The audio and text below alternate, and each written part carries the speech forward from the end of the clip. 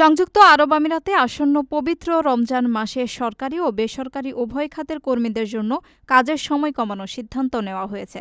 দেশটির শ্রম আইন ও বিধিমালা অনুযায়ী কাজের এই নতুন সময়সূচি নির্ধারণ করা হলো। রোজা পালন ও দৈনন্দিন রুটিনে পরিবর্তনের বিষয়টি বিবেচনায় রেখে রমজান শুরু হলে সরকারি ও বেসরকারি প্রতিষ্ঠানগুলো তাদের সময়সূচিতে পরিবর্তন আনবে। ২০২২ সালের মন্ত্রিপরিষদ প্রস্তাবনা অনুযায়ী রমজান মাসে বেসরকারি খাতের কর্মীদের কাজের সময় প্রতিদিন বাধ্যতামূলকভাবে ২ ঘণ্টা কমানো হয়েছে। দেশটির মানব সম্পদ ও এমিরেটাইজেশন মন্ত্রণালয়ের আওতাধীন সকল বেসরকারি কর্মীর জন্য এই নিয়ম প্রযোজ্য হবে। কর্মীর পদমর্যাদা বা জ্যেষ্ঠতা নির্বিশেষে এই নিয়ম কার্যকর থাকবে। তবে কাজের সময় কমানোর শর্ত পূরণ সাপেক্ষে নিয়োগকর্তারা শিফট বা রিমোট ওয়ার্ক বা দূরবর্তী কাজের ব্যবস্থা করতে পারবেন। অতীতের রেওয়াজ অনুযায়ী এই নির্দেশনা মুসলিম ও অমুসলিম সকল কর্মীর জন্য সমানভাবে প্রযোজ্য হবে।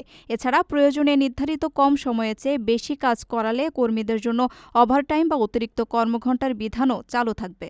সরকারি খাতের জন্য ফেডারেল ও স্থানীয় সরকারি সংস্থাগুলো রমজান শুরুর আগেই পৃথক বিজ্ঞপ্তির মাধ্যমে বিস্তারিত সময়সূচি ঘোষণা করবে। সাধারণত সরকারি অফিসে কাজের সময় কমানোর পাশাপাশি কর্মীদের জন্য নমনীয় বা ফ্লেক্সিবল সময়সূচি এবং ক্ষেত্র বিশেষে রিমোট ওয়ার্কের সুযোগ রাখা হয়। তবে আমিরাতের বিভিন্ন বিভাগ ও সেবামূলক প্রতিষ্ঠানগুলো তাদের কার্যক্রম এবং গ্রাহক সেবার প্রয়োজনীয়তা অনুযায়ী সময়সূচিতে নিজস্ব সমন্বয় করতে পারবে।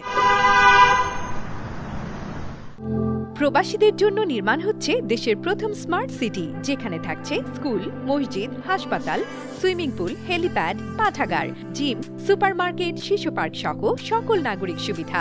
মাত্র ৩০ লাখ টাকা বিনিয়োগে মিলছে আকর্ষণীয় ফ্ল্যাট। প্লাটিনাম ইনভেস্টরদের জন্য ঢাকা বিমানবন্দরে ভিআইপি প্রোটোকল সুবিধা। বিস্তারিত জানতে যোগাযোগ করুন স্ক্রিনে দেয়া হোয়াটসঅ্যাপ অথবা ইমো নাম্বারে।